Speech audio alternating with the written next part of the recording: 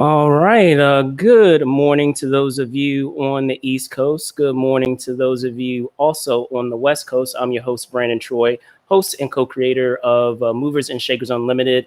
Thanks so much for joining us on this Sunday morning. As you know, every Sunday we like to dig in. At least the last couple of weeks, we have dug into the most recent episode of Loki. The new Disney Plus MCU series. And as you well know, every week, aside from getting into the synopsis, we like to also get into, with the help of guest hosts every single week, get into analysis of not only the show, but also perhaps some theories of what we may see going forward. So without further ado, I want to get into some quick minutes just as a reminder of things that you guys are aware of, but I bring it up anyway. Of course, make sure that you like and subscribe the show. You can find us over on YouTube as you're seeing now, happening live. Make sure you hit that bell button so that you are notified of what's going on. And also, in order to stay on top of the conversation, that whether we had it here live or even if you are catching the show as an archive episode, make sure that you use that hashtag Emerald Variant MNSU or Glorious Green MNSU. So with that being said, let's hop right into the synopsis that I like to call "Run the File" in the spirit of the Loki series. So with that being said, previously on the last episode of Loki, we saw. Let me get there really fast. So we learned that the elusive fugitive that the TVA were in pursuit of is, or should say, was yet another variant of Loki. And as a result, Mobius enlists the help of our protagonist variant Loki, or we'll say our 2012 Loki, in the hopes of finally capturing them.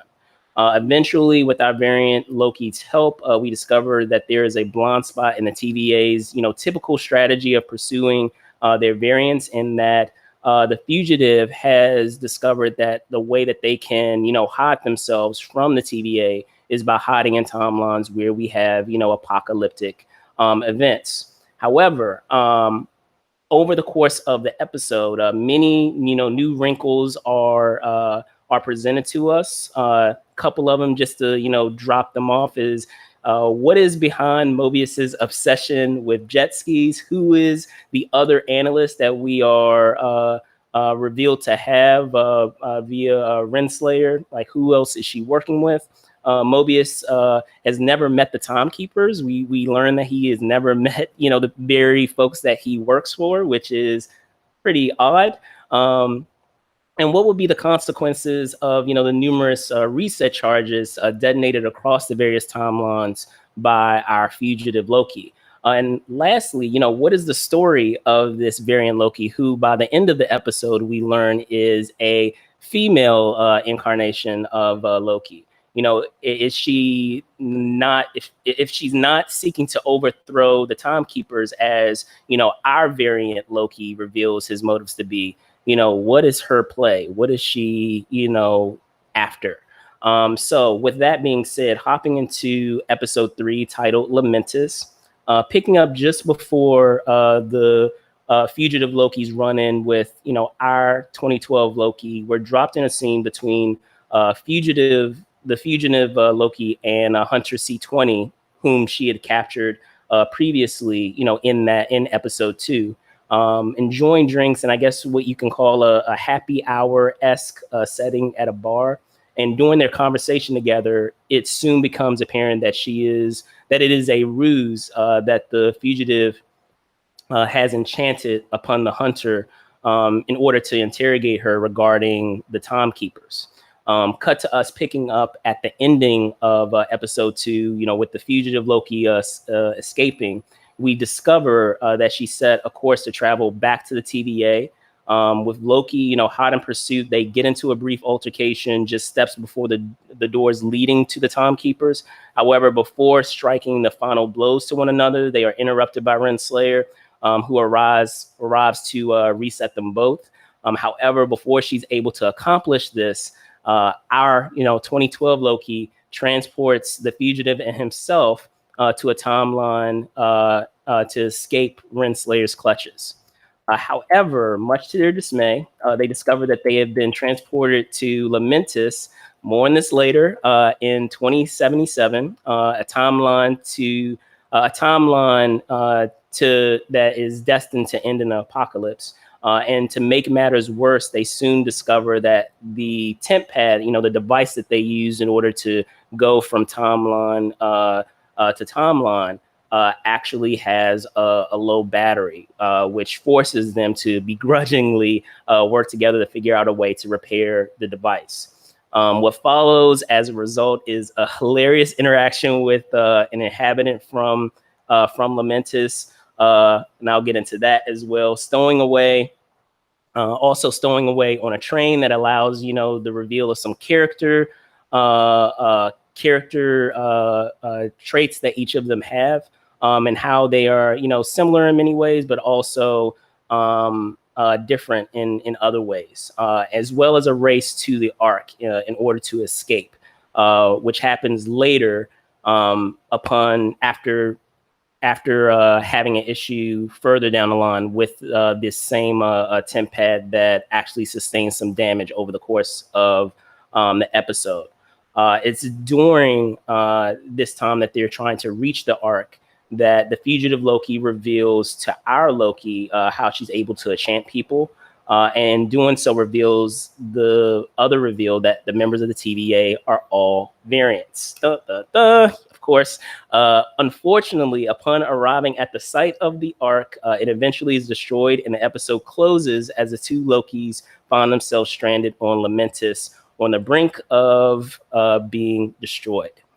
So in I guess you can say in relation to the other episodes, it was pretty, I guess you could say it was pretty succinct in terms of what we had happen, because now that we already have the setup at this point, it wasn't as dense or as exposition heavy. But with that being said, as always, like I said, I like to get into the analysis as well as some of the theories. And to help me with that, I do have two guest hosts with me. So with that being said, let me introduce each of them. So first up, the first guest that I have, they are a 20-year professional illustrator, comic book artist who works as a colorist for multiple titles with Counterpoint Comics. They're currently working on All Out Pooh and cover art for Lady Death, Spicy Pulp Comics, along with the comic series Scarlet Huntress, which they co-created, as well as they self-publish. So without further ado, I want to introduce Sean Forney. Let me bring him on.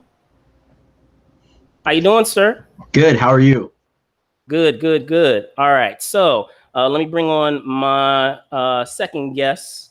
They do not need any introduction. They are a writer and editor of over 100 books and anthologies, many within the DC, Marvel, and Star Trek franchises. He's also the co-founder of Crazy 8 Press and a member of the Science Fiction Writers of America, as well as the International Association of Media Tie-in Writers. So I would like to bring on Robert Greenberger. Let me bring him on. Robert, hello. Good morning. How is everybody? Good. So first and foremost, guys, thanks so much for hopping on and talking about this episode on a Sunday about Loki. First off, how are you guys doing? Fine. Awesome. Doing good. Awesome. So as I said, in relation to many of the other episodes, guys, I feel like it was rather succinct and rather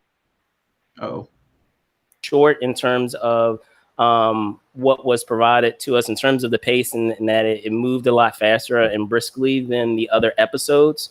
Well, it was the shortest of the three.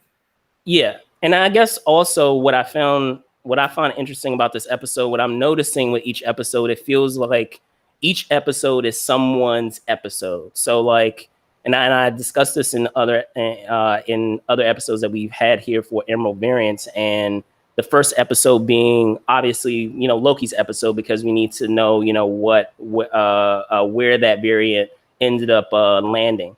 The second episode, I feel, being more, not really being Loki's episode, but more of Mobius's episode, and learning more about him. And then even in this episode, it's still not really about Loki. It's more so about this future variant and how she, veers off of like the common tropes and paths that we expect from Loki. So, just initial thoughts, what are your thoughts on this episode titled Lamentus? For either of you could start. Sean, go ahead. Okay. To me, the episode had this like very Doctor Who feel. Yeah. And like you said, it was definitely the episode of getting to know Sylvie, and there was a lot of like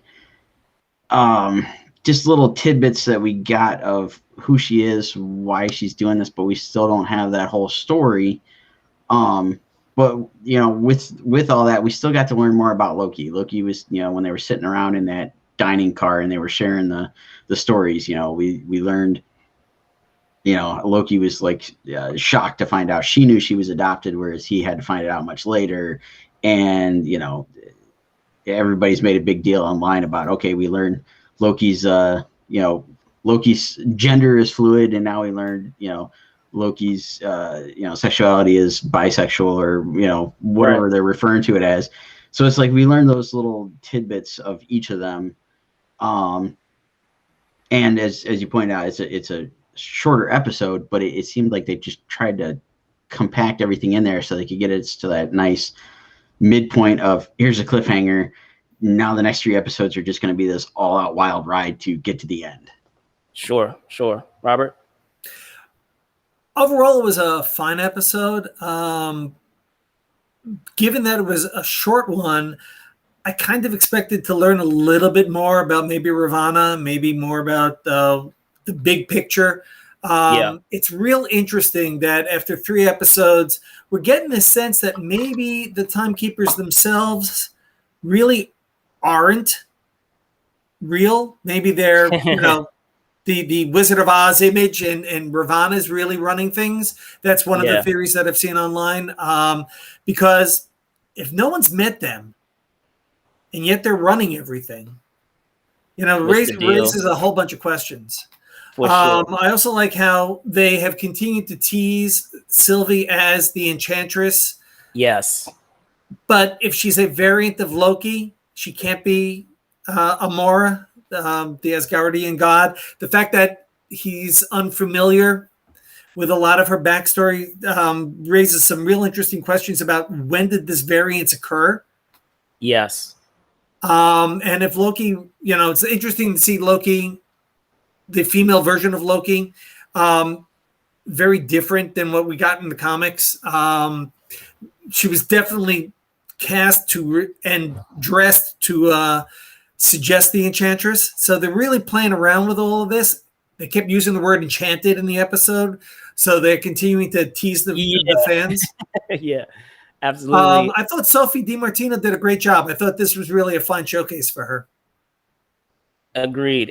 And, with that being said, and talking about, the seeds that, it feels like Marvel is planting, and that they, are known for planting and trying to, drop hints of what to expect. That part of it has been interesting, and that's actually a great segue, going into some of those Easter eggs or callbacks, if you will, that we've, had in many of these, Marvel shows, whether it's, WandaVision, Falcon and Winter Soldier, and even this show, every episode is seen to have that. And thinking of some of the callbacks first, is it was fun to have a callback of Thor in that moment that was on the train where he was like, another. So like, that iconic scene from Thor, and thinking that, okay, this must just be a Thor thing, but apparently it's an Asgardian thing. So it's a Asgardian behavior and a thing that they do versus it specifically being a Thor thing. So that was fun to be able to discover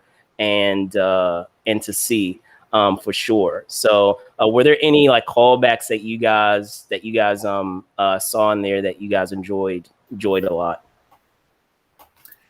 It's not quite a callback, but the way Loki talked about his mother Yeah. resonates so much, considering what we saw of their relationship in the second Thor film. And you can see the pain in his eyes for her loss. And that's important, because we have to remember it's not the Loki from Ragnarok and Infinity War. It's the Loki who just killed her. So, Yeah, for sure. Pain and regret.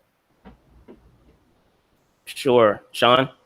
Yeah, there was a bunch of like stuff that were kind of callbacks to a few other things.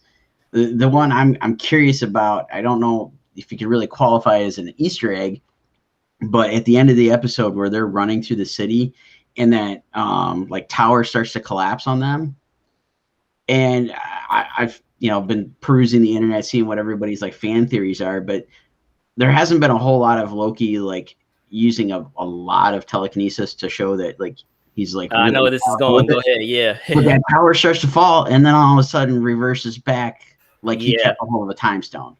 Right. And I've seen everybody say both. It's like when he dug in that drawer, he put the time stones back. Others are like, no, he hung on to it. And they've had a lot of use of green magic, both in Loki and Sylvie using it. When they're using their magic, it comes across the screen as some sort of green energy.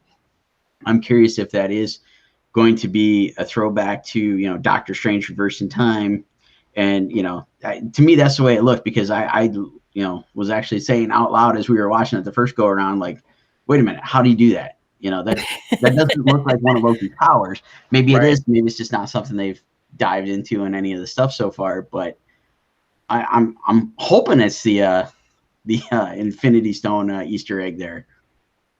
Definitely. And it goes with the Anton Chekhov rule of playwriting. If you see the rifle in Act 1, you got to use it by Act 3. And in this case, we saw in Act 1, Episode 1, he takes the stone. Yep. So it's got to play a part. Yeah, for sure. Yeah. And I was going to say, just in general, and since we're going over callbacks, and now I'll delve into the Easter eggs, is what they have with just the title in and of itself, Lamentis, because it has implications for those that are eagle-eyed, Marvel fans of what may come. So, how did you guys feel about seeing, Lamentis, make an appearance in the MCU and how it was executed? I wasn't at all familiar with Lamentis until listening to a breakdown from one of the various other YouTubers out there, and how it ties into the comic series. And I'm drawing a blank on the name of which series it was, but Lamentis in the comics was like a offshoot of Xandar, and it was like in the comic version, it was shown as Xandar was decimated, much like what happened in Infinity War, where Thanos decimated Xandar.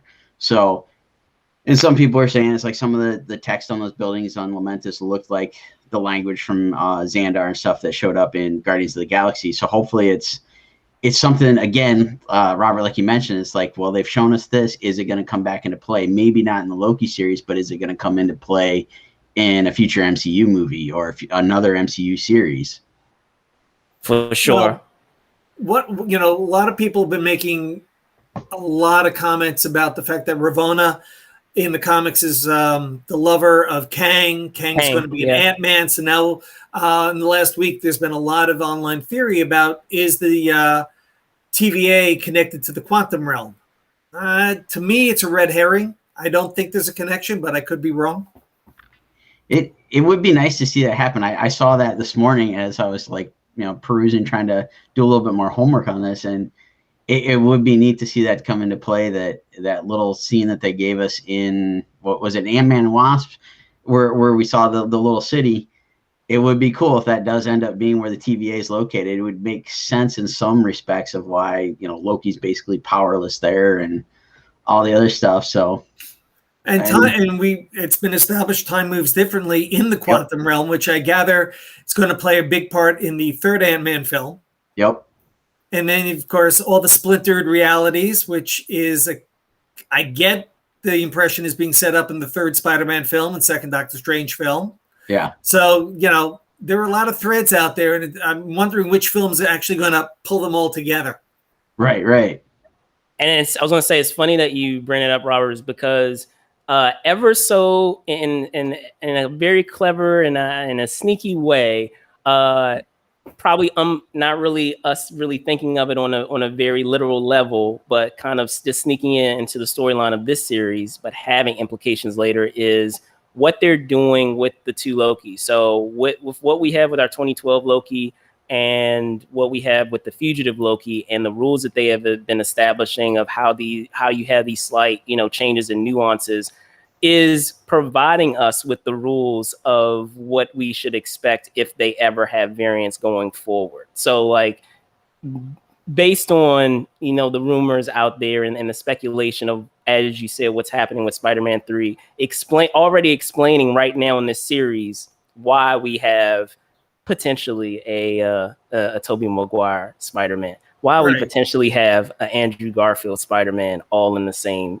space, and why that's different, and why it explains how they can coexist and have these slight variations and nuances of it not exactly being, Tom Holland and it being someone else. So ever so slightly in a sneaky way, having it a part of their actual narrative for the show, but also helping to explain away questions that we might have going forward if they ever decide, if they are continuing down that path with the other films, based on what has been speculated, whether it's with Spider-Man 3 or whether it's with Multiverse of Madness, the upcoming Doctor Strange sequel. But so the episode go ahead. Also raises new questions. Yes. I mean, for example, C20, we're told that in the episode is actually a human from hundreds of years ago, and yet it was a 20th century scene. But we were previously told there were no humans. All the TVA agents were, unique to their realm. So, right. Who is C20? How is she breaking the rules? Is she unique? Or does that make Mobius a human as well, hence the interest in jet skis? Yeah. Yes. And I love that too. We want to get into those theories because it actually plays into getting into a lot of these motives. But first, before we get there, I'm gonna hop into our variant motives. So getting into like the psyche of some of the characters and the reveals that we received over the course of this episode, and in terms of some of the, I guess, the idiosyncrasies or the kind of the quirks, I guess you can say, of both Lokis, we get some sense of character and how things played out differently. So what I found fascinating is just what they did. I know you had commented on it before, but what they did in discussing the mother, and how Frigga, her influence, for better or for worse, shaped the how each Loki turned out. For our 2012 Loki, she was around, so he had that balance of having her around, who was more nurturing, versus our female Loki, which she alludes to, not really remembering her, so perhaps she maybe passed away sooner. So she didn't really have that nurturing component on top of having it's bad, I'm brain farting, Odin. You have the overbearing Odin and not necessarily having the balance of having the nurturing component with Frigga. So like, is that why she has more of an edge to a degree than he does in terms of how she operates and how much harder she seems than the Loki that we have, the 2012 Loki? She taught herself her magic, which also too, separates the two of them. Yes. So I was going to say that component, and then what I've got a kick out of, which it plays into the idea of there being slight variations, but if you really look at it, you know, just on a surface level, it's still the same, just, you know, approached differently. Is that quirk that they revealed when they were on the train, where Loki, he said, I don't like going backwards. And the female Loki, she was saying, oh, I don't like having my back to a door. So like just that idea of, you know, feeling like they don't like that idea on a surface level, just even though they approach it differently, they want to be in control. They don't like the idea of not being in control or to be caught unawares.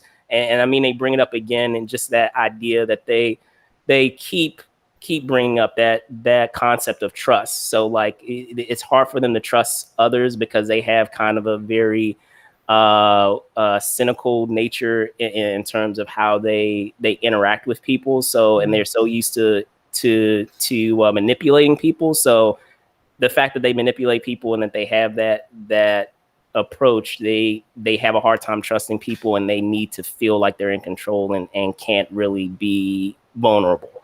But perhaps were there some other things that you guys picked up on that you found like fascinating in terms of their character?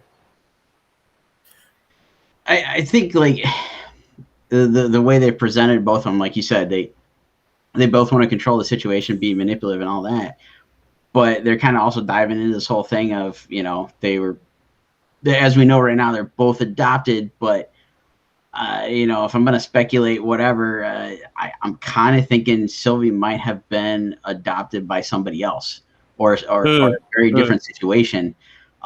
Because the whole comment, she taught herself the magic. She doesn't remember her mom, which is very much, you know, Luke and Leia's conversation.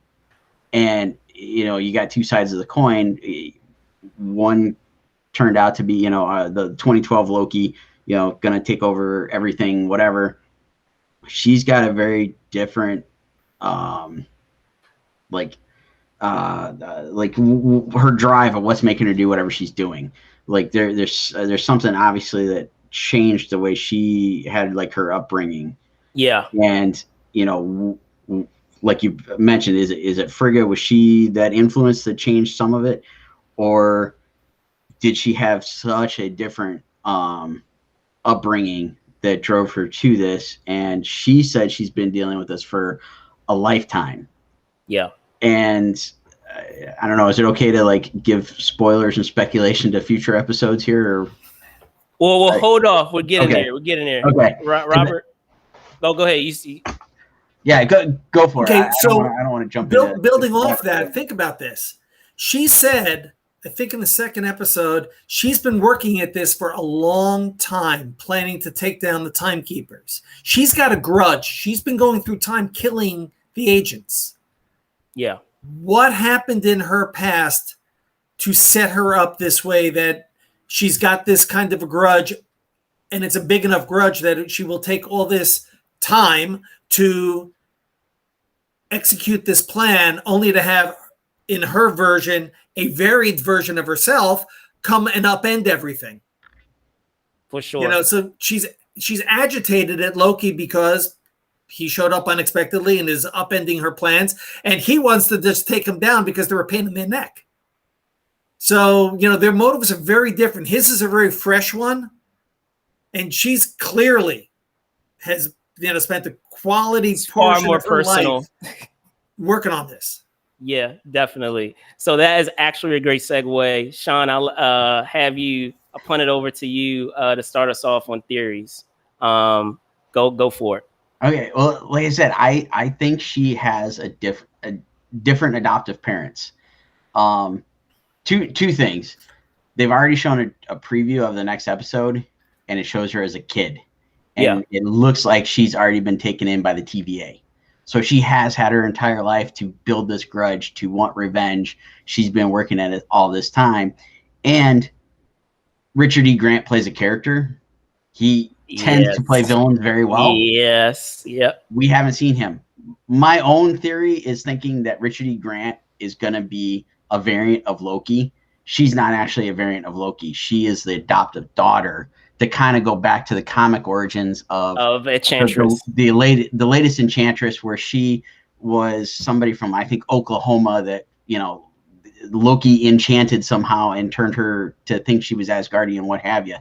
I think they're going to play off of that to get a little mix of all the variations that we've seen in the comics of the Enchantress and Loki and Lady Loki, which is MCU has done very well of meshing these characters together to give us one cohesive, okay, this fits all these different things that these fans love. Hopefully they'll love our iteration of this character. So I think we're going to find out a lot more of her backstory, and she's not what we've been led to believe, basically. Gotcha. And I'll punt it over to you, Robert. It looked like you were about to head into yours. Yeah, I mean, I want to build off that. I mean, we saw her as a young girl in the preview for 4. She has stayed in the female persona, whereas in the comics, Loki has bounced back and forth. In the movies, he's stayed strictly male. So it suggests maybe she really isn't a variant Loki and really was raised to believe she is when she's really the Enchantress. I mean, that would certainly be interesting. I hadn't considered Richard E. Grant as a Loki variant. I just saw him as maybe the catalyst for putting Sophie on the course she's currently on. But I think we're going to need to learn more about both Ravonna and Mobius to see what this is all about. Yeah, definitely. So I guess in thinking of like all those things that you guys have brought up, I do believe to a degree, thinking of what transpired in WandaVision, and I know like the rabbit hole that became of a lot of people saying, "Oh, it's Mephisto, it's Mephisto, it's Mephisto." I'm hesitant to go to say that she is not Loki. However, I do agree with you two in saying that, Marvel has a way of, I always like to say this about them, Ben and Jerrying a lot of things, where they will borrow stuff from different iterations of a character, or they'll borrow character traits, and they kind of like to, I guess, have their cake and eat it too, where like a character is one character, but they're also another character. Sometimes they'll keep one character name, or sometimes they'll transform the character into the other character that they are alluding to potentially. Because when I think of that, I also think of what they did with another installment of the Thor franchise, and that being Ragnarok. Because like what they did with Hela, I feel like, and I'm trying to remember the character's name. I want to say her name was Angela, where it felt like they borrowed elements of that character, of that, if I remember correctly, like that long lost daughter of Odin. Right, yeah. And how her storyline played out. I feel like they borrowed elements of that in order to kind of flesh out that Hela character, because if they tried to go the other route, I mean, it would have been interesting too, because if I remember correctly, I mean, isn't she's the daughter of Loki? So yeah. like, right, yeah, no, and the Norse, so they didn't go that route. Both Hela and the Fenris Wolf are Loki's children. Yeah, but that also means in the myth he was married, not part of the film lore. So big differences. Right. So like, I remember when they casted for Hela, and I was like, okay, how is that going to work? How are they going to explain, like, are they going to do that and make her the daughter of Loki, or how's that going to work? But I mean, they went a different route. They I feel like I said, they borrowed an element from a different character to kind of have a different path for Hela, while still, I guess, being in the spirit of Hela. And even when they've done other like superheroes, like they have weaved in different iterations of, or interpretations of the character, and then done like the modern take. Because I remember even with Captain America, like they had the really goofy outfit, but they did it kind of as like a propaganda thing versus having, a more up to date costume. So with that being said, I feel like she is.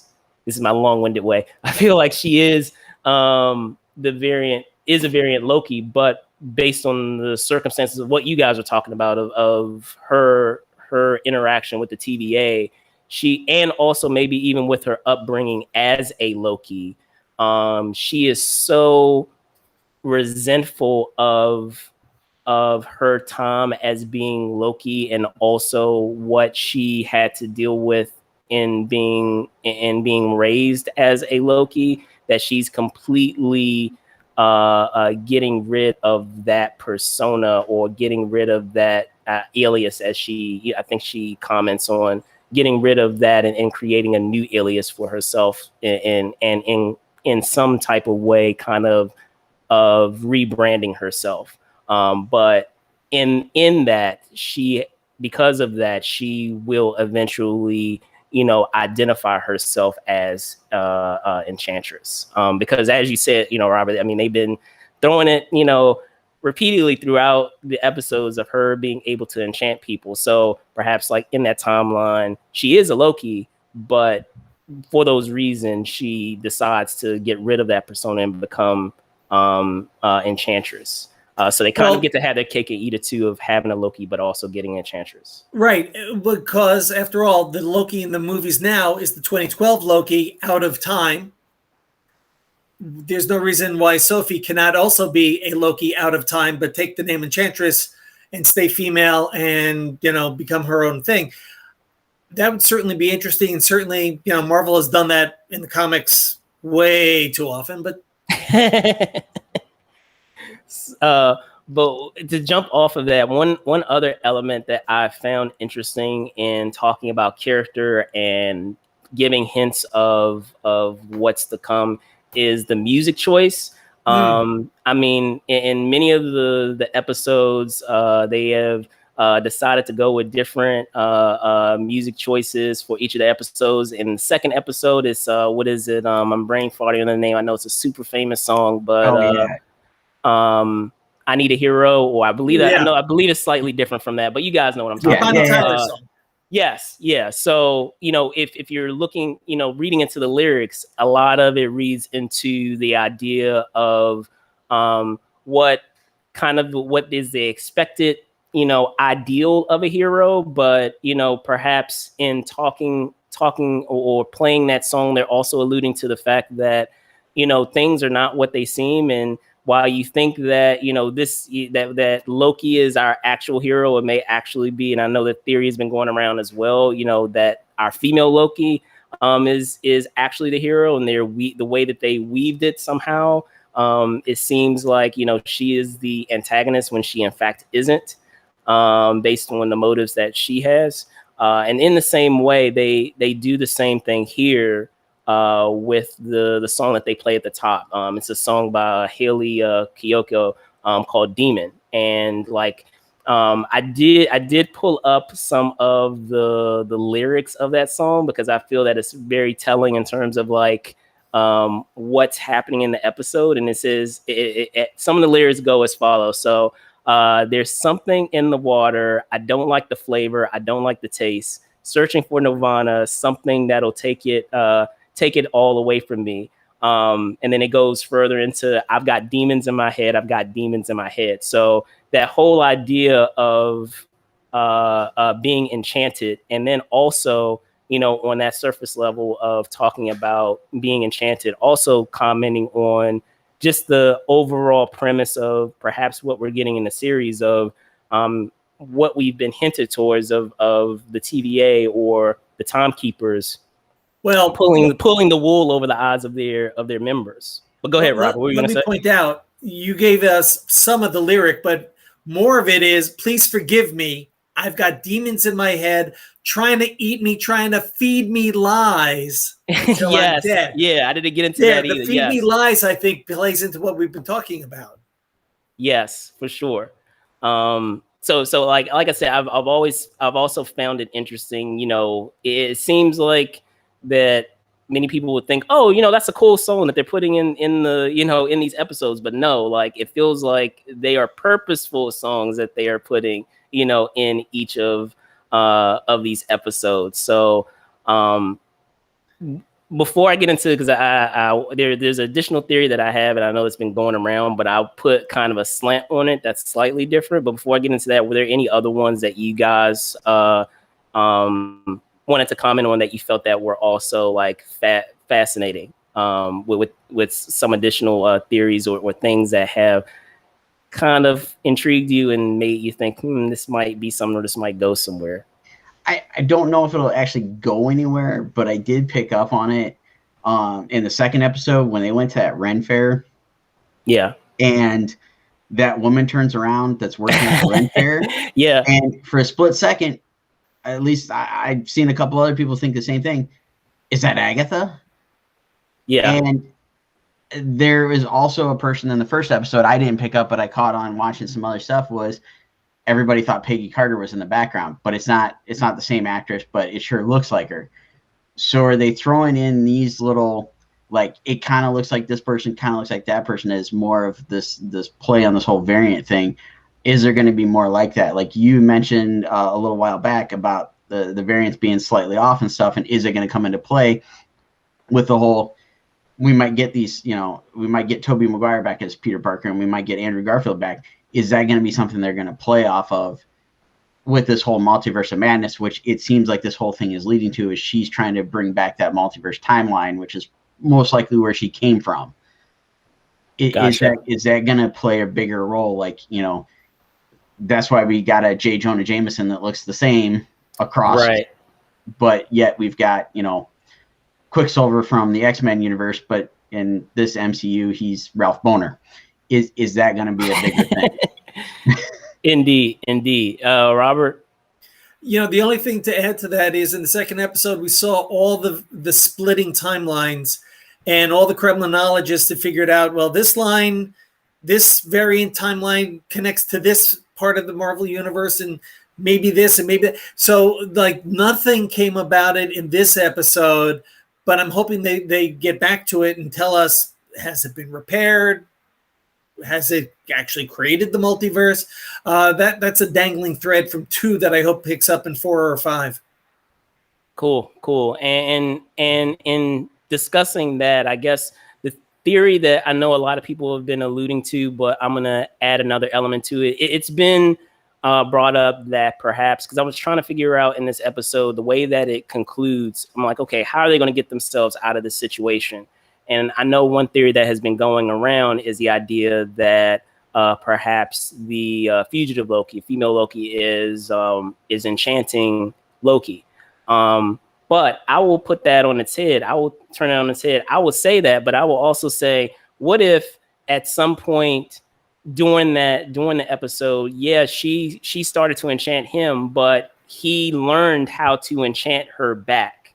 So the only reason why I say that is, in going with the theory of her enchanting him, there are some hints and clues in there that can kind of allude to the fact that was what's happening, because she, if you recall in the episode, she did touch him and she acted like it didn't work, and perhaps it did work. And I know that is something that has been brought up.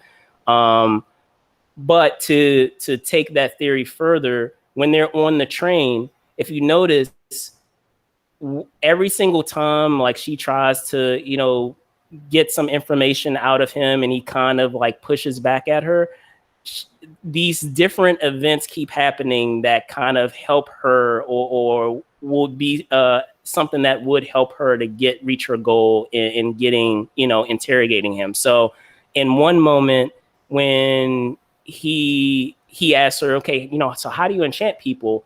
And she said, I can show you. And he's like, no, I'm good. And when that happens, a bartender comes up and gives him some alcohol. And when that happens, she asks him, or he asks her, hey, are you going to be drinking with me? She's like, no, I'm good.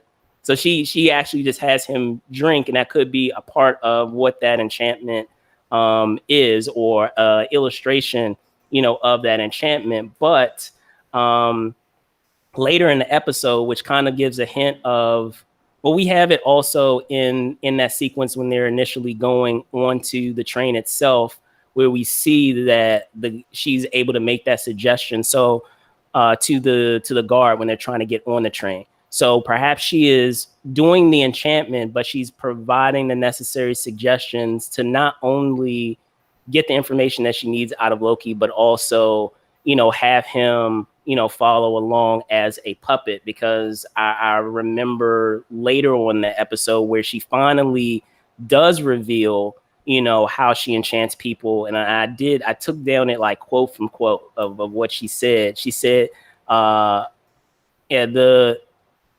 let me see if I can find it here. So she said, well, people, well, I'll rewind it. So going back to the train,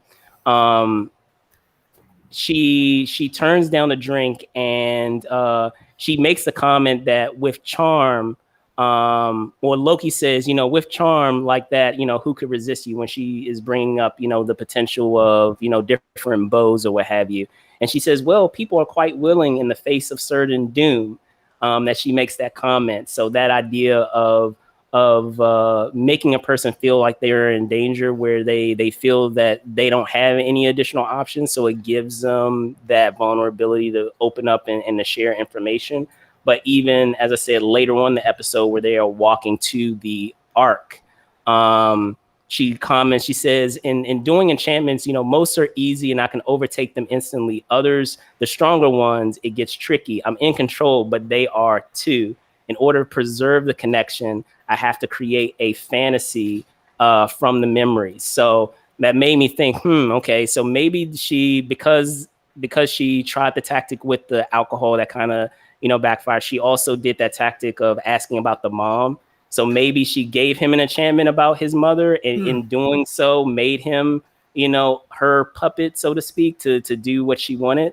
But if you notice in that episode, he also asks her, you know, how to do it. And when she breaks that down, we know that Loki is a fast learner. So even if he doesn't know how to do something, he'll figure it out pretty quickly. We had an example of that in the first episode when he had an encounter with B-15, where she had that weapon that like caused them to I guess you could say reset, or when he was trying to escape, to, you know, return back to the point in which he tried to escape.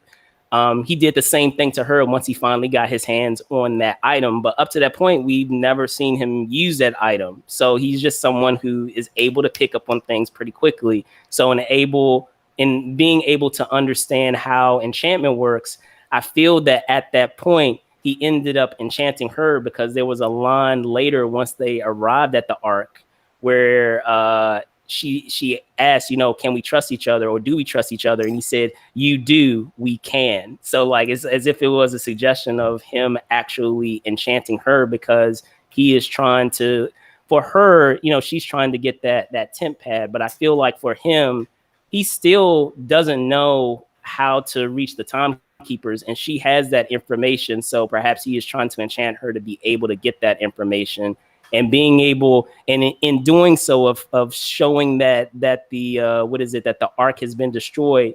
Now she's not going to really care, and she'll just probably divulge all that information, because she's like, okay, what's the point now? We're probably going to die anyway. And he might pull the wool over our eyes once he's been given that information, and show that they are still waiting on Lamentis for the place to you know, go up, and it still hasn't gone up yet. So that's one thing that, and then it could be reaching. We'll see what happens, you know, going into the next episode. But I feel that would be really interesting to have that play out in, you know, having our Lokis, because there's certain traits that they specifically have, them being able to learn each other's powers. So like, you know, even when they were at the train, you know, he showed her how to do, you know, the fireworks from his hands. Like, she didn't know how to do that, but perhaps, you know, that provides a character trait in which she will eventually, you know, get taught or teach herself how to do that. But again, like I said, far reaching.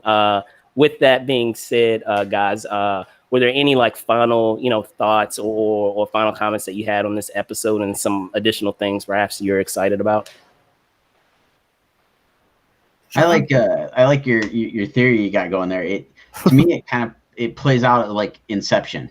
Like, we don't know who's doing the enchanting. We don't know what the dream is, and it could be she started it and then he picked it up, because, you know, the scene that I keep going back to in my head is where she woke up on the train. Yes. Yeah. Did she start the enchantment, and then he changed it up on her, and she fell asleep, wakes up, and then, you know, all hell breaks loose. And is the next episode gonna be one of them lifting the enchantment and going, oh, okay, we're fine after Right. one or the other reveals whatever needs to be revealed about how they get to the timekeepers? Or I'm gonna go back to my idea of maybe he's still got that time stone. He's just gonna keep replaying the destruction of Lamentus.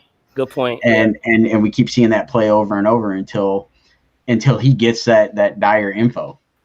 For sure. Robert?